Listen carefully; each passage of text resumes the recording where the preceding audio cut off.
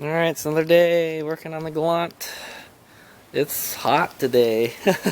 Well, I'm going to try to not do too much work in the sun. Well, actually the shade is pretty close, but I give it another hour. But so here we are. Oh, it's the daytime now. We can take a look at the pistons a little better. But I've already started cleaning the old gasket stuff off. It's I got about half of it, and then I'm gonna start running the the gasket cleaning discs on it to make it like nice and shiny. I'll probably get rid of all this combustion chamber goop.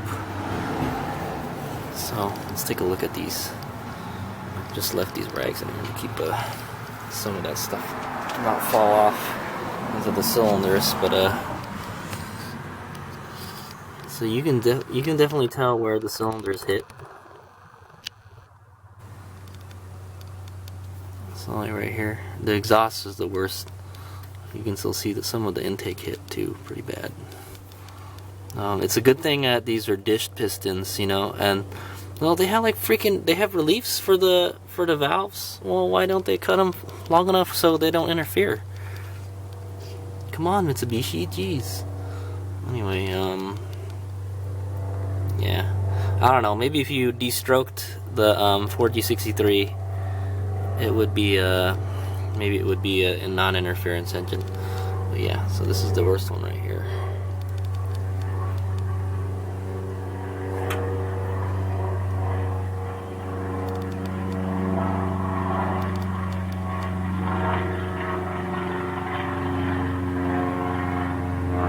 But I'm assuming once it bent the valves, you know, and it made those indentations into the piston, it's probably not going to damage it anymore. So hopefully the bottom end is good. The crank and all that. Yeah, there it is. So this is where I'm at right now. Like I said, I've scraped half of the gasket off. There's quite a bit of material left over, and there's still some here, you can see. Today, my goal is to get the turbo out, finish scraping this. I got all the head stuff here, the head's right here. I gotta take off everything that is supposed to go on the other head and put it on this one. Probably change the gaskets. The injector seals are still good on this. I'm gonna change them anyway. I think I'm gonna leave the cams off for now. Ooh, I don't know. I wonder if this has to... I'm gonna have to take this off and the water thing here, and then I'm gonna have to clean out all this corrosion here. It just doesn't look too bad, but... And then I gotta take all these studs out because I don't think that other head has the studs on it. So I gotta go prep this other head.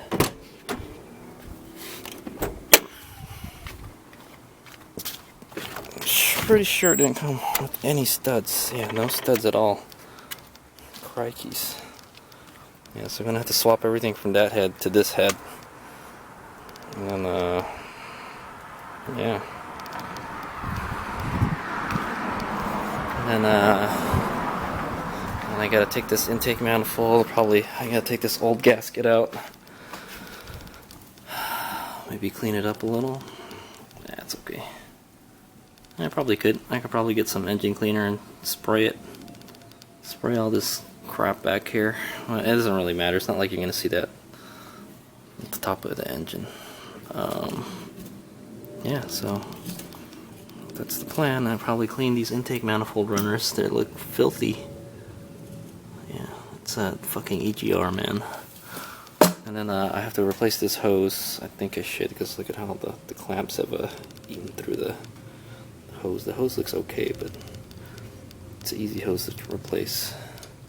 This one looks okay still. The PCV hose. So yeah, that's the goal for today. Yeah, so I gotta get the turbo out also. So once the sun goes away a little bit, I'm gonna take the turbo out. Just a little ring here. Keep the turbo aligned.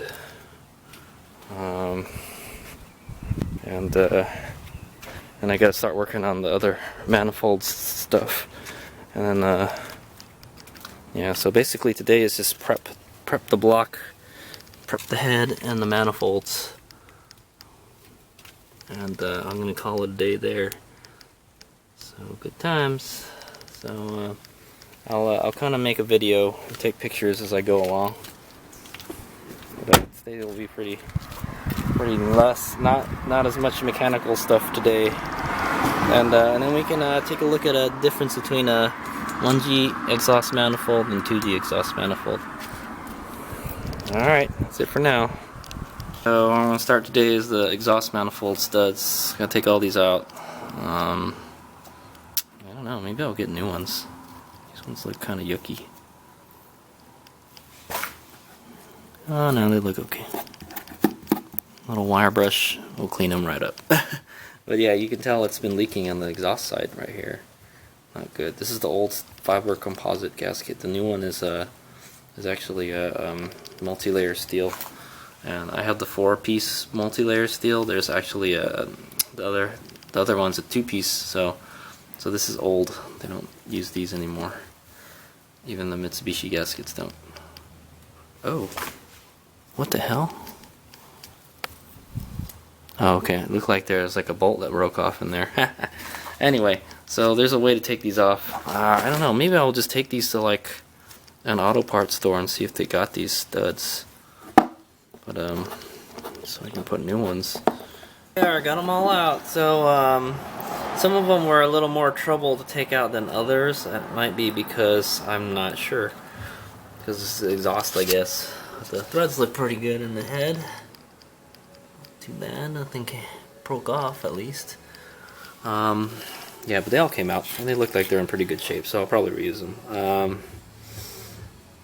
Yeah, if it gets stuck on it, the nut, I use a vice grip. It's probably good to have some nice wrenches, like this Master Grip one I got from Costco. It's not bad. This shitty one that's in my junkyard tool kit is not a very good wrench. Yeah, you don't want anything that will flex. If it's in case you have to put a lot of pressure on it. And then I used my impact gun to speed up the process once it got loose a little bit. But yeah, they were in there pretty good. Yeah, I just haven't been out there in a while. That's why. And if it's really stubborn, actually before you even attempt to take the studs out, I would put WD-40. It may help, and it may make it worse. It may make the bolts slip even more. I mean, the nuts slip even more. But what else was I kind of? Oh yeah. If you have one of those what I forgot what they're called. They're a flare nut wrench. If you have a flare nut wrench, I don't have them here with me, but I have them, but I don't have them. It actually has it actually wraps around the nut type of wrench. And I think that would be better to use than these open-ended wrenches. As much as possible, I try not to use the open end of the wrench. You know, it's a good way to strip a bolt. All right, that's the end of HadesOmega's. I go for the big one. So basically, I just want to squeeze these two together, and they will tighten on each other. You can do it with one hand. Look at that. These are 14s. They're bigger. Okay, I'm gonna just do it with two hands now. It's nice and tight now, and you just want to go ahead and loosen it. I don't know how well this is going to come out. Oh, there we go. I'm trying very carefully not to. It may suddenly let go. It may suddenly let go, and I'll get an ouchie, you know.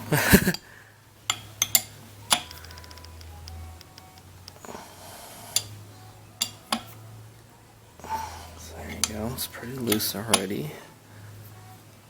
It's a big stud.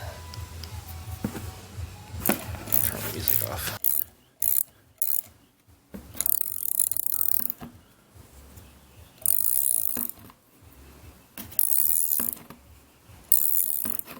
And it's out.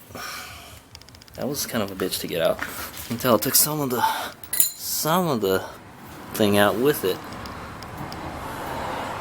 Just gotta remember to torque these properly when you take them out. So that's it. I just got one more to go.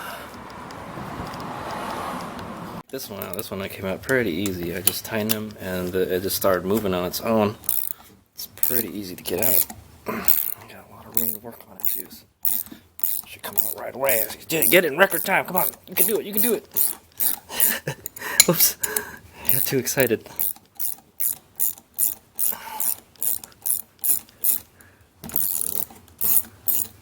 I'll do it.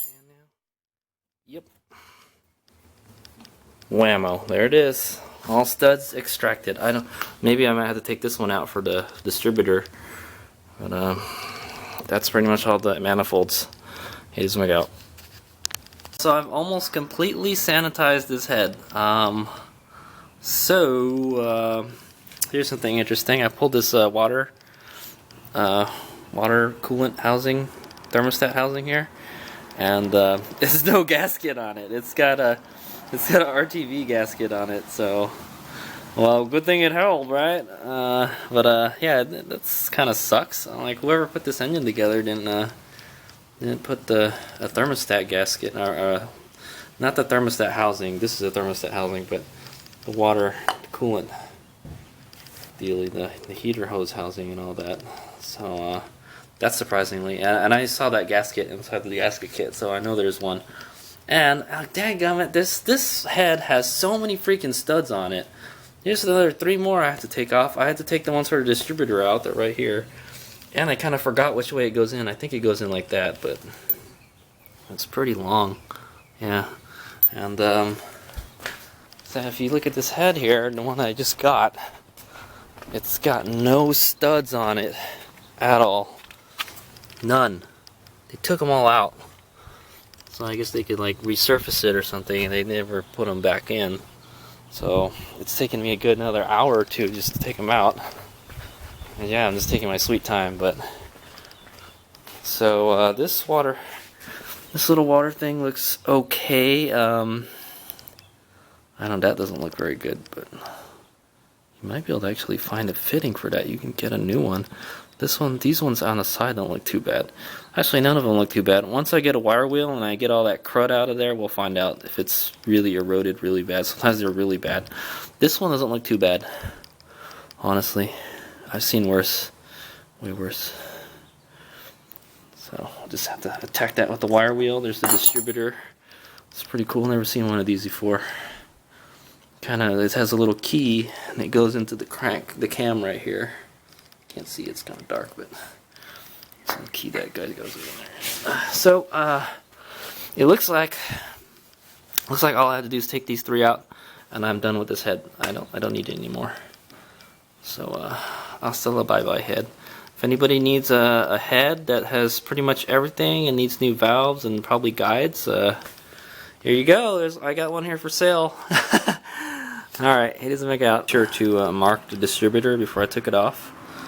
Basically where the stud falls. I marked it. I marked it with silver. I'm like, wait a minute, this is aluminum. It's the same color. So I put it black. I use a black Sharpie. But anyway, yeah. So when I put it back on, it'll be in the ballpark. You know, it'll be running. It won't be perfect, maybe, but it'll be in the ballpark. Hour or two later, I got all the studs out. So I got all the exhaust here. Intake is here. This is the coolant housing, and then distributor. So annoying. There's so many studs on this.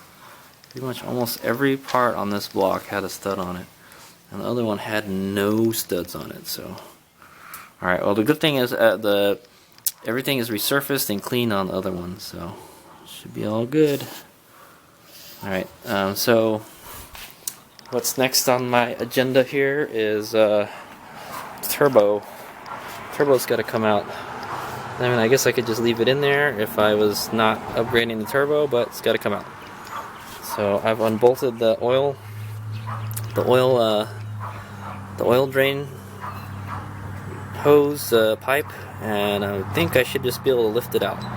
So let's see.